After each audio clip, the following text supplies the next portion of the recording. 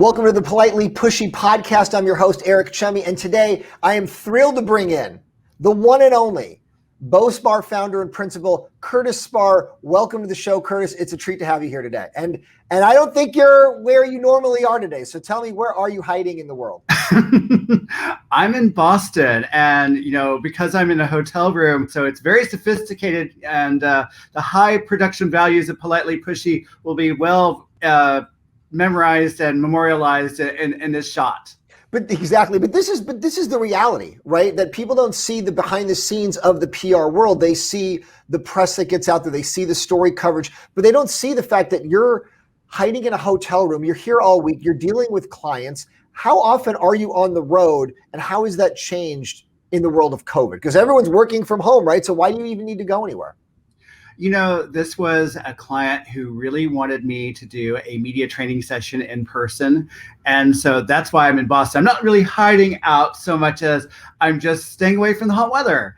And I find that when clients have a real sensitive issue, and especially when they have a CEO who needs high touch, that's kind of the more appropriate thing to do. And as long as everyone's vaccinated, I feel pretty good about it.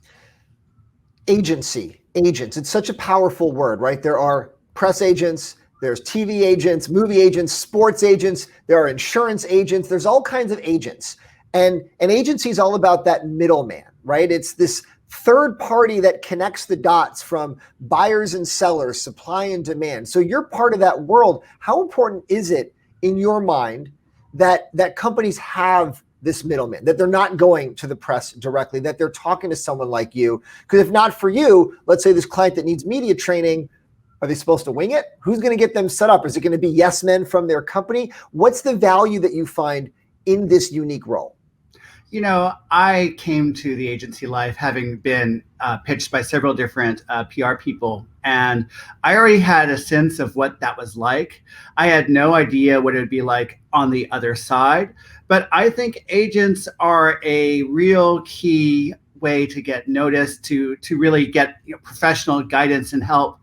We're catalysts, really. And so it's one thing for a client to pitch themselves to the media, but if they do that, everything they say is on the record, for example, so that adds a layer of complexity to what they say. Whereas when I, as a PR person, will pitch my client, I can have some degree of separation, so I could better tell that story and do it in a way where I'm collaborating with the journalist, and the journalist knows that, hey, Curtis used to be on the other side too, so he understands what I'm up against and what I need to do.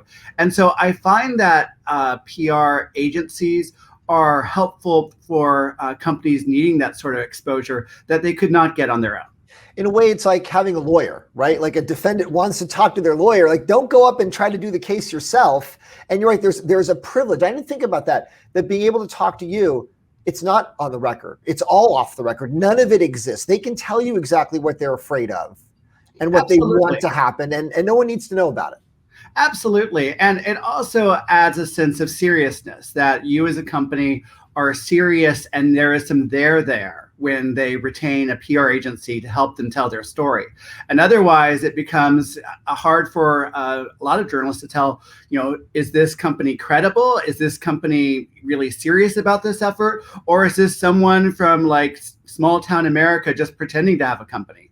And so this way you can tell that you are working with people who you trust, who you get a sense of, and you get a sense of the kind of companies they work for. And it just adds a whole level of credibility and storytelling. The other thing is that when journalists are dealing with PR people, there is not a sense of having to wait for the PR person to respond. PR people respond to journalists like that.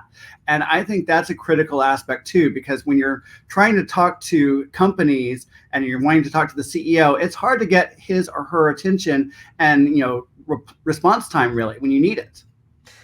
What's the balance that you're trying to help with your clients? Stories that the customers care about is usually very different, or stories that companies care about, customers care about, is different than what the journalists care about, right? Because there's B2B relationships of what's important on a revenue side, but journalists, they like stories, and stories aren't the biggest money generators. They're often these little niche parts of the business that I'm sure you talk to CEOs and CMOs are like, why do they want to talk about that? We're so much bigger than that. Why don't they want to hear about our real business? That's a really good question. And part of it comes in the whole process when you work with a PR agency. A PR agency says, what are the big objectives you're trying to achieve? And then they reverse engineer a program so that they can then go to a journalist. And when that journalist runs with that story is hopefully and very likely going to solve those business problems or those challenges. And so it's all baked into the process. And so even if a company has a little teeny tiny mention, that teeny tiny mention might have a much bigger program behind it. It might be something like, hey, we want to be considered the top 3 companies that do this thing. And thus, if you're just mentioned in it, you're still mentioned in the New York Times with your other 2 competitors. So you can position yourself as, yeah, we're the top 3 in the industry. And so it depends on the planning that goes behind the scenes in terms of what stories come out on the other end. And certainly as a journalist, I remember working with PR people and telling them, this is what's possible, this is what's not possible. And the PR person, the good ones at least, understanding that and respecting that. How does a PR agency generate their own PR? Through good work. I would say good work is the most important way a PR agency generates word of mouth for themselves. I would say the other thing, of course, is leadership. And I think that PR agencies have a unique ability and charter to be leaders in their field. And that's why I'm really proud about what we did with Texas. And obviously, if people haven't seen it, what you guys did, the relocation plan for employees in Texas who didn't feel comfortable about some of the new rules there, and that got a lot of press. And you beat Salesforce. It was a whole article about Bospar, and then at the bottom, also another California company, Salesforce, a day later decided to come up with the same plan. So that's certainly a big thing. But word of mouth is interesting because how much do clients want to share to their competitors or to their colleagues? Hey, we used Curtis, we used Bospar. Is sometimes the PR agency thing, do they want to keep it secret? We don't necessarily want to know we don't want others to know who we used. And maybe we don't want others to know that we even had to go out of house. I have found that we've had a lot of companies tell us that they've referred us to someone after working with us. The thing about our kind of PR is it's not the sort of PR you want to keep secret. I have heard of some shops that practice what I would call the black arts of PR. And yeah, sure, you don't want to share any details. The black arts? What's this black art? So I got to cut you off there. The black art stuff is stuff like tarnishing someone's reputation. And that's really not where we focus on at Bospar. Bospar, we focus on pumping up our clients, on making them look bigger than they are, on getting them the narratives that are important to them.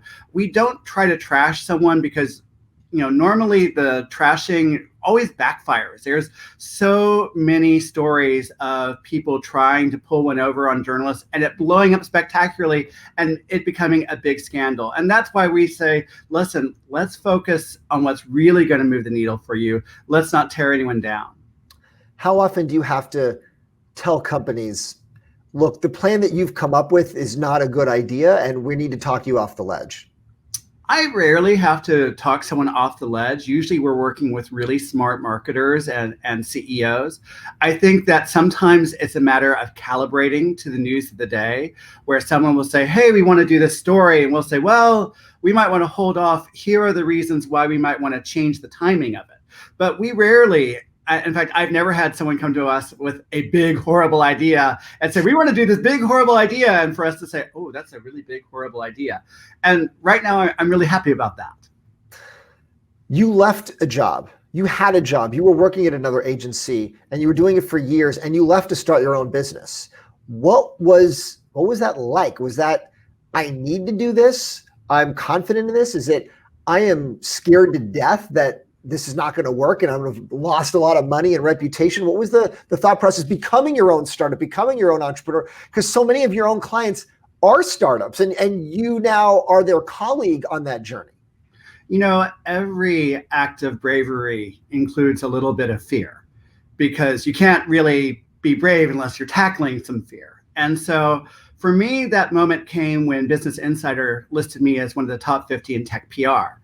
And absolutely no one at my agency said good job. I mean, nobody. None. No. My client said great work, but the people I supervised said great work. But but none of my management team said anything about it. And at that moment, I knew it was time to go. And so I decided to leave, and I was really surprised about how ineptly the agency handled my departure. They didn't talk to clients except to let them know on the very day I was out the door that I was gone. And on the last day, Curtis's last day is today.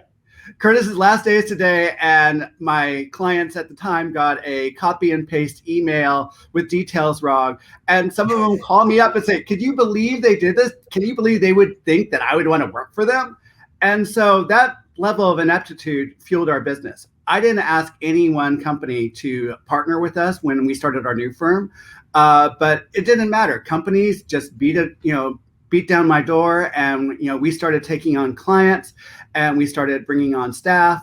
And so I'm really proud of the work we've done. And I would say that it is a lot of responsibility. Starting your own company is an awesome responsibility.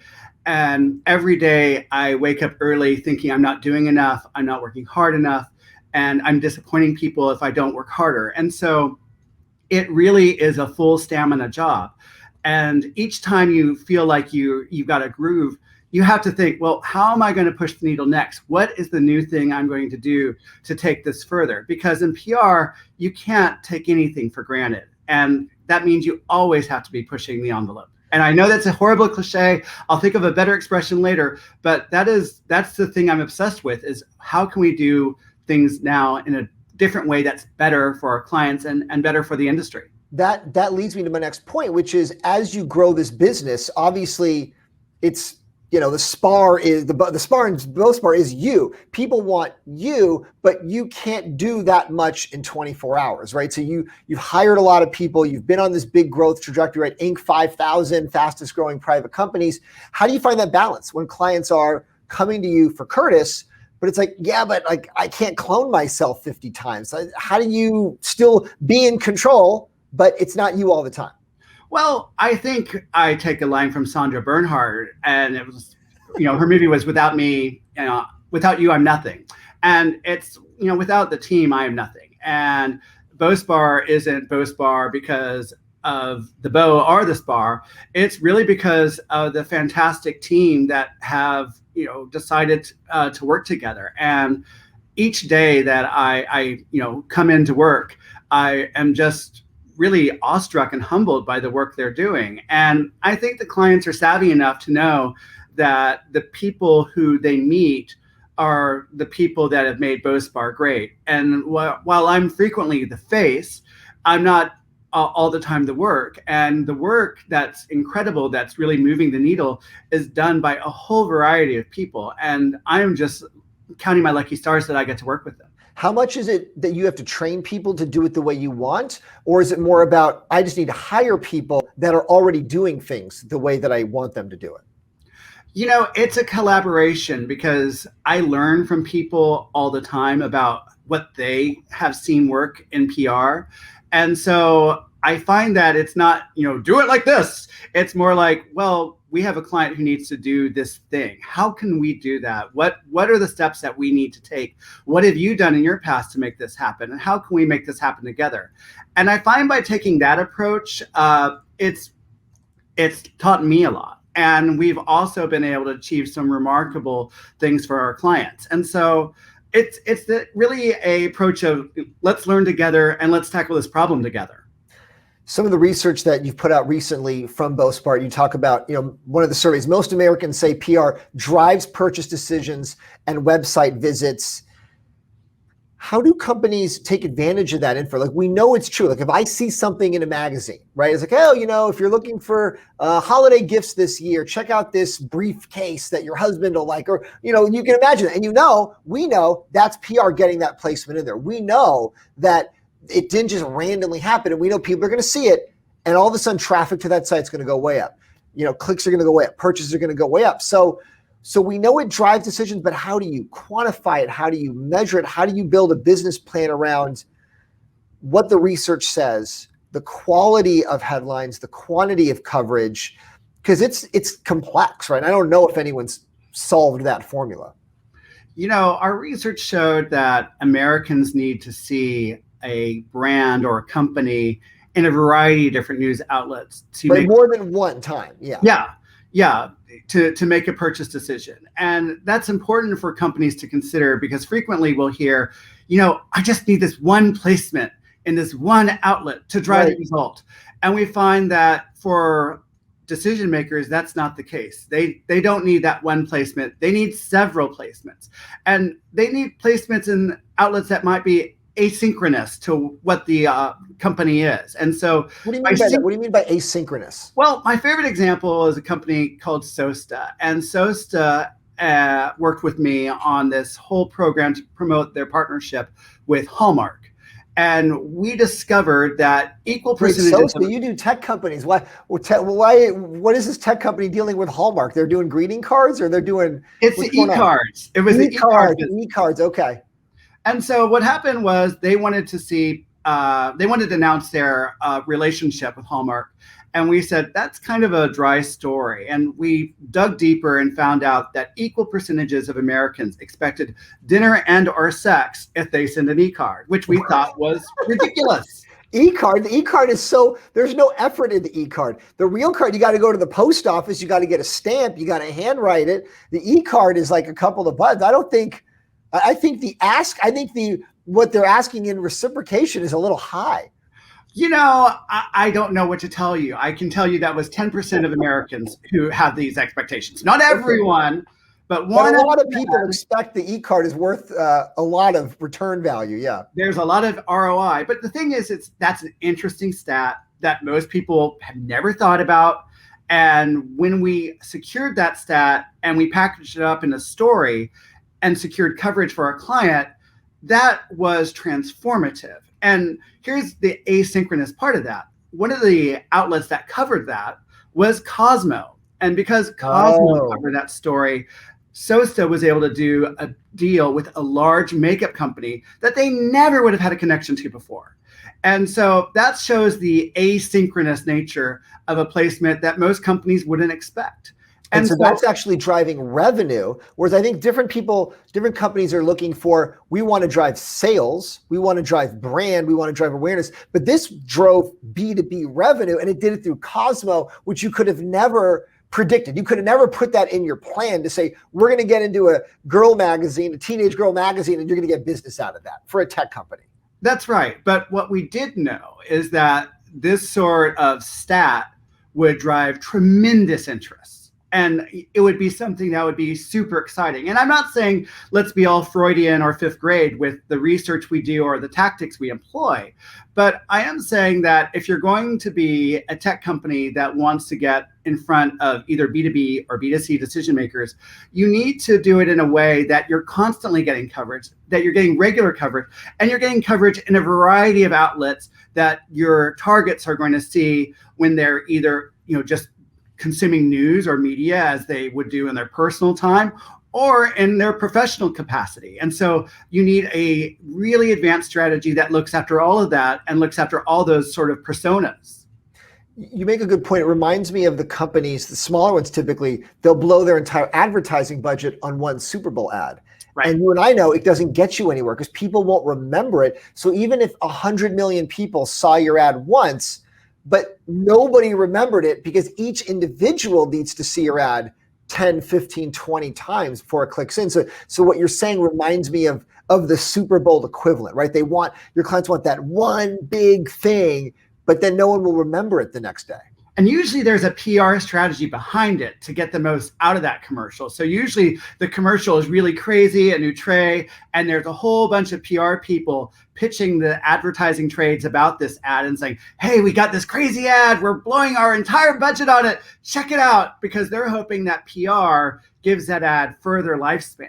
But what we've discovered is that more and more Americans are tuning out of ads and really focusing more on what they are consuming in terms of their own media journey. And I know media journey sounds pretty like, media journey sounds very like you're working at McKinsey or something like that, right? Absolutely. It sounds a little hokey, but when people are consuming news, that's where they are most likely to be receptive to a brand's story. And so we just Right. have to think of how to make that brand resonate with the media and with the potential buyer, whether that's B2B or B2C. Are you seeing a budget shift from marketing and advertising more into PR because of what you're saying, that people don't trust ads? I mean, you can't even go on LinkedIn now without getting bombarded with ads. Like, you can't go anywhere without ads. And I do wonder if we tune it all out. But at the same time, it is subconsciously, it's getting into our brain. We're getting those exposures. But I wonder if you're seeing an opportunity in your world away from advertising spend. Yeah, frequently we'll have marketers say, listen, there is no more inventory, or we have just, deluged the whole sector and it's not, giving us any return. We need PR to be that final catalyst to get us across the other side. And so whether that is going to be a big company announcement, whether it's going to be a product announcement, whether it's thought leadership, whether it's guidance, we have found that PR has been that thing that has helped most of our clients get the results they need. How has COVID specifically impacted all of this, right? Obviously, you look like you're back to normal. You're on the road, you're traveling, but obviously COVID means we're much more on screen time. What we're reading, how we're reading, what we're looking at, it's very different. Has that changed the PR strategy? Because I know you've also got some research out about that. And I wonder if over the past 18 months, you've actually seen a change in the Bospar strategy for clients. I would say that it's made the buying decision a lot more frictionless. And for the consumer buying decision, right? Either decision, because what used to happen is someone would, read a story, or they would see it, and then they would go about their day and do something else. And that day was punctuated by meetings, by in-person visits, by being on a car. And now everyone's just on the screen. So if they see something, they are much more likely to immediately click on it, to interact with it, to do something with it right then and there, because they don't have the in-person interruption. Okay. So how are you having to change your approach to that, right? All of a sudden now it's like one placement can move the needle in a bigger way, or fewer placements can move the needle better. Whereas before there was much more different touch points. There were more places that you could be exposed, and now it feels like you're exposed to these stories in fewer places. I think I would say something more to the fact that because of this, it's made PR that much more effective. I don't think it's necessarily done anything where we've had to change our strategy or something, but I've seen the uptake and uptick whenever there's a PR story that's been favorable to a client. I've really seen that work a lot faster than ever before. Do you believe the adage that all press is good press? Just ask Theranos. I would say that not all press is good press. I think press needs to be really thoughtful. And I think the bigger and bigger a company gets, the more a company should be concerned about pushback and blowback. And so you need to be smart about your PR strategy when you're telling that story.